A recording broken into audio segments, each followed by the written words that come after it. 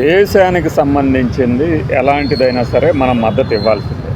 At the same time ఆ సెంటిమెంట్ని అడ్డం పెట్టుకొని ప్రతిసారి ఎన్నికల్లో గెలవాలి అంటే కుదిరే పని కాదు. ఇప్పుడు ఒక వారం క్రితం అమెరికాకు సంబంధించి మన దేశం మీద విధించిన, అంటే మన దేశం చేసే ఎగుమతుల మీద విధించిన టారిఫ్ల్ని 50% పెంచుతూ ఆయన ఒక నిర్ణయం తీసుకున్నాడు, ట్రంప్ గారు, అమెరికా అధ్యక్షుడు.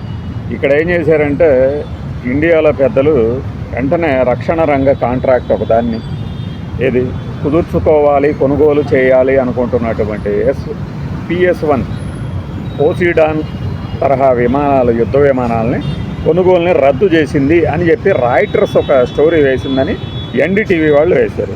వెంటనే ఈటీవీ వాళ్ళు వేశారు. ఈటీవీ వాళ్ళు వేసిన బ్రేకింగ్ వెంటనే తెలుగు ఛానళ్ళన్నీ అందిపుచ్చుకున్నాయి, కొద్దిగా కూడా మెదడు జ్ఞానం లేకుండా. ఎందుకు అంటే ఈటీవీ అనేది ఏం చేస్తుందంటే DD8 లాగా ప్రపంచం మొత్తం తెలిసిన తర్వాత కన్ఫర్మ్ చేసిన తర్వాత వేస్తుంది. అందుకని సోర్స్ పక్కన 2 చుక్కలు కథనం, రాయిటర్స్ కథనం అని పెట్టగానే వేసేసాయి. అది జరిగిన ఒక అరగంటకే మన రక్షణ రంగ శాఖ నుంచి ఒక ఖండన వచ్చింది. ఈ ప్రచారం అంతా ఒట్టిదే అని ఖండించింది అని. అంటే దాని అర్థం ఏంటి? ఫస్ట్ ఏం చేయాలనుకున్నారంటే పెద్దలందరూ కలిసి మేము ట్రంప్కి బెదరం తెలుసా, ట్రంప్ అంటే లెక్క చేయని తెలుసా అని మనందరికీ అర్థమయ్యేటట్టు తెలుగు భాషలు, రీజనల్ లాంగ్వేజ్లు, అన్ని లాంగ్వేజ్లో బ్రేకింగ్ పంపించేస్తుంది. ఆ తర్వాత ఖండన అనేది ఇంగ్లీష్లో వస్తుంది. ఇంగ్లీష్లో వచ్చిన దాన్ని పైగా ఈ న్యూస్ ఛానళ్ళు ఏం చేస్తాయంటే తాము వేసిన బ్రేకింగ్ని ఏ రోజు ఖండించుకో, అరే పొరపాటున మేము ఇలా చేసామని. అదేంటి అంటే వెంటనే మేము రాయిటర్స్ కథనం వచ్చిందని చెప్పాం కానీ మేము ఎక్కడన్నా కన్ఫర్మ్ చేసామా అంటే ఈలోపు మన ఇమేజ్ సూపర్ లెవెల్కి వెళ్ళిపోద్ది. అరే ట్రంప్నే కాదన్నారు కదా మన వాళ్ళు. సేమ్ మోడస్ అపరాండి నిన్నటి నుంచి సాగుతుంది. అది ప్రధానమంత్రి మోడీ గారు GST స్లాబుల్ని ఎకాఏకిని మార్చబోతున్నారు, ప్రజలందరికీ మేలు చేసే ఒక నిర్ణయం తీసుకోబోతున్నారని వెంటనే ఎప్పటికి వాడికి ఊహాగానాలు కేంద్ర ఆర్థిక శాఖ కూడా ప్రకటించింది. ఏమని? రకరకాల సంస్కరణలు తీసుకురాబోతున్నాము, అందులో భాగంగానే ఒక ప్రతిపాదన ఏది 5% తర్వాత 40%. సింటాక్స్ అంటే టొబాకో, ఆల్కహాల్ లాంటి ప్రొడక్ట్ని 40%కి, మిగిలిన వాటన్నిటిని 5%కి తెచ్చే ప్రతిపాదన. అది నిజంగా అది జరగనే జరగదు. అసలు ఇంత హఠాత్తుగా ఎందుకు ప్రధానమంత్రి మోడీ గారు మనకి డబల్ ధమాకా ఇవ్వాలనుకుంటున్నారు? ఒకవైపేమో మనకి ట్రేడ్ రూపంలో అమెరికాకి ఎగుమతి చేసే ఉత్పత్తుల మీద భారీగా సుంకం పడబోతుంది. అయినా కూడా మనము ఏది ఇంత భారం రేటు తగ్గించడం వల్లట కేంద్ర ఖజానాకి ఇంత భారం అంటూ ఏడుపులు మొదలుపెట్టారు కొన్ని ఛానల్ వాళ్ళు. ప్లాన్ ప్రకారం అనమాట, ప్లాన్ ప్రకారం. ఇదంతా ఎందుకయ్యా అని ఆరా తీసినా, కాస్త ఆలోచించినా వెంటనే మనకు తట్టేది అక్టోబర్లోనో నవంబర్లోనో జరగబోయే బీహార్ ఎన్నికలు. ఇప్పటికే బీహార్ ఎన్నికల ప్రచారంలో కాస్త NDAకి ఎదురుగాలి వీస్తుంది అనేది వినపడుతుంది. ఎందుకు అంటే ఈ ఓట్ చోరీతో కానీ ఈ నినాదాలతో కాస్త కాంగ్రెస్ సహా RJD పుంజుకున్నాయి అనే ఒక ప్రచారం ఉంది. సో దాన్ని కౌంటర్ చేయడానికి ఈ ఉత్పత్తుల రేటు తగ్గించబోతున్నారు. ఏం దివాళీ దాకా ఎందుకు, మనకి దసరా ఉంది, ఇది కూడా ఉంది కదా, వినాయక చవితి కూడా, అప్పుడే గిఫ్ట్ ఇవ్వచ్చుగా. దీపావళికే ఎందుకు ఇవ్వాలి మనకి గిఫ్ట్? అంటే ఏంటి అంటే ఈలోపు ప్రజలలో ఒక ఫీల్ గుడ్ ఫ్యాక్టర్, ఒక ఫీల్ గుడ్ ఫ్యాక్టర్ని తీసుకురావడం, తద్వారా ఎన్నికల్లో లబ్ధి పొందడం, ఇది వీళ్ళు వేసిన ప్లాను అని నా అంచనా. ఇది నిజం కావచ్చు, కాకపోవచ్చు. దాన్ని వెంటనే పట్టుకొని కత్తులు పట్టుకొని బయలుదేరకండి. నువ్వు ఇలా అంటావా మా మోడీ గారిని, మా BJPని ఇలా అంటావా? రాజకీయ రంగంలో ఇలాంటి ఎత్తుగడలు అనేవి మేము బోలెడు సార్లు చూస్తున్నాం కాబట్టి నిజంగా ఇప్పుడు ఏమంత ఈవెంట్ ఉందని ఈవెన్ వడ్డీ రేట్లు తగ్గించండి, అంత ఎందుకండి? పెట్రోల్ రేటు 100 దాటింది కదా, దాన్ని 80కి చేయమనండి చాలు, ఇంకేది అవసరం లేదు. అదెట్టా దాని మీద GST లేదు కదా అనకండి, తెలివితేటలు ప్రదర్శించకండి. అప్పట్లో కాంగ్రెస్ క్రూడ్ ఆయిల్ 70 ఉన్నప్పుడే 60కి 70కి ఎలా చేరింది పెట్రోల్ రేటు లీటర్ అన్నారు కదా. మరి ఇప్పుడు క్రూడ్ ఆయిల్ 70లోనే ఉంది కదా, 100 ఎలా పెరిగింది పెట్రోల్? మరి దాని మీద మాట్లాడరా? ఇలా ఉంటాయి వీళ్ళ ప్లాన్లు. ఆలోచించండి, థింక్ ట్వైస్. అదొక్కటే కాదు కూడా, ఇంకా ఈ దీపావళి అక్టోబర్ 20న ఉంది. దీపావళిన ఏ ఉత్పత్తుల మీద రేట్లు తగ్గుతాయి, తర్వాత ఏం చేస్తారో తెలుసా? తెలివిగా ఆ రాష్ట్రం తాలూకు అభిప్రాయాలు తీసుకుంటున్నాం, ఆ రాష్ట్రం కూడా తగ్గించాలి, ఇలాంటి అమెండ్మెంట్లు సవరణలు కూడా చూస్తాం మనం. లేకపోతే కేంద్ర ప్రభుత్వానికి సంబంధించి అతిపెద్ద ఆదాయం జిఎస్టీతోనే వస్తుంది. యావరేజ్న 1,90,000 నుంచి 2,00,000 కోట్లు ప్రతి నెల వస్తున్నాయి జిఎస్టీ ద్వారా. అలాంటి దాన్ని ఎకాఎకిన తగ్గించేసుకోవడానికి ఇప్పుడు వచ్చి పడినటువంటి ఉపద్రవం ఏమిటి? మీరు బ్యాంకు లోన్లే చూడండి, ఇంట్రెస్ట్ రేటు వరుసగా తగ్గిస్తూ వస్తున్నారు. ఈ రోజుకి మన ఈఎంఐలు ఏమైనా తగ్గాయా?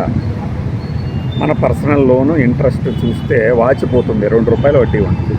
దాన్ని రూపాయి వడ్డీ చేయించండి, ట్యాక్స్ ఎలా ఇంకా ఎక్కువ అయిపోతాయో ట్యాక్స్ వసూళ్ళు. జస్ట్ పర్సనల్ లోను ఇంట్రెస్ట్ని తగ్గించండి. ఈ బ్యాంకర్లు, బ్యాంకింగ్ రంగ నిపుణులు మా మీద దాడికి రాకండి. అలా ఎలా పర్సనల్ లోన్ అనేది అన్సెక్యూర్డ్ లోన్ అని ఏమి మీరు రైట్ ఆఫ్ చేసిన 5,00,000 కోట్ల కన్నా తీసిపోయినాయా పర్సనల్ లోన్స్?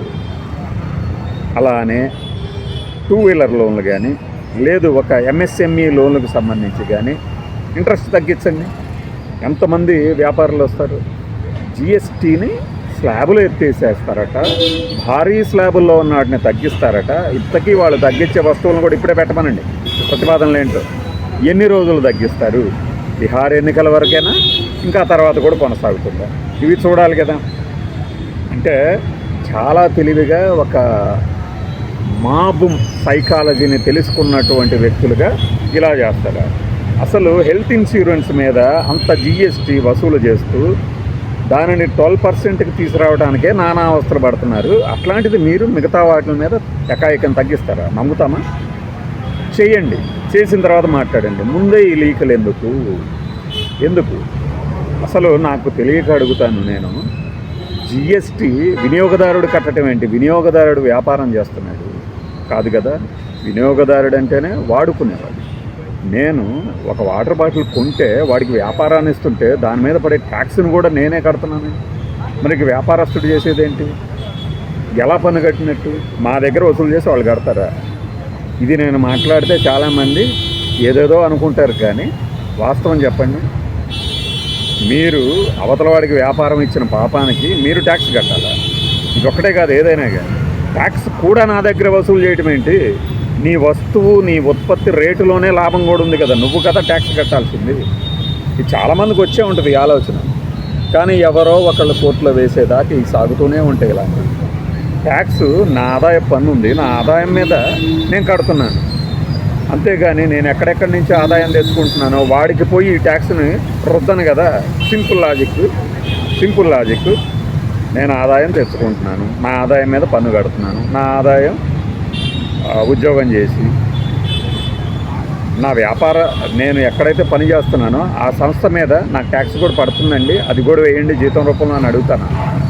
మరి మా దగ్గర ఎలా అడుగుతున్నారు? అసలు ఇన్ని రోజులు ఇన్కమ్ ట్యాక్స్ కడుతున్నాం కదా మేము. ఇన్కమ్ వచ్చింది కాబట్టి ట్యాక్స్ కదా. ఇన్కమ్ రాని రోజున నాకు రీయింబర్స్ ఏమైనా చేస్తారా? చాలా వింతగా, విడ్డూరంగా, రెటమాతంగా ఉండొచ్చు నా వాదన. కానీ ఒక్కసారి అట్లా ఆలోచించి చూడండి. మనం ఇప్పుడు దేశం కానీ కేంద్రం కానీ, అంటే దేశ స్థాయిలో కేంద్రం తీసుకునే నిర్ణయాలు ఎవరికి ఇష్టం ఉన్నా లేకపోయినా మనం ఫాలో కావాల్సిందే. కానీ వాళ్ళు ఇచ్చే హామీలు కానీ, వాళ్ళు తీసుకునే నిర్ణయాలు కానీ మనం ఎందుకు ప్రశ్నించలేము? ఎందుకు ఆల్టర్నేటివ్ థింకింగ్ కానీ, ప్యారలల్ థింకింగ్ కానీ, మరొకటి కానీ ఎందుకు చేయము? ఇప్పుడు సుప్రీంకోర్టుకి కానీ ఇంకొకటి కానీ వేసవి సెలవులు ఎందుకు? ఇది చాలామందికి డౌట్ వచ్చే ఉంటుంది కదా. ఎందుకు అని ఒకటి బిల్లు వేసిన దాకా కోర్టులు స్పందించలేదు. అవును నిజమే కదా, ఎందుకు ఆలోచించాలి కదా. మరి బడ్జెట్నేమో జనవరి టు జనవరి క్యాలెండర్ యూజ్ చేస్తామంటారు, కానీ మన స్కూలింగ్ విధానం ఎలా ఉంటుంది? ఏప్రిల్ నుంచి హాలిడేస్ ఉంటాయి. మరి వాటికి బడ్జెట్ ఎట్లా కేటాయిస్తారు? అంటే లాజిక్ లేకుండా అన్నీ మార్చేస్తామంటే ఎట్లా? ఇలా మార్పిడికి గురవుతున్నప్పుడు కొద్దిగా ఆలోచించాలి. ఎదురు ఆలోచిస్తే రివర్స్ ఇంజనీరింగ్లో అర్థమవుతుంది ఎందుకు పెట్టారు అప్పట్లో బడ్జెట్ అని. ఎందుకంటే చాలా చోట్ల వేసవిలో హాలిడేస్ ఉంటాయి. ఇది అర్థం చేసుకుంటే నా మాటలో లాజిక్ అర్థమవుతుంది. ఫాలో అవ్వండి, అవ్వకపోండి, కానీ ఏంటంటే విషయం అది.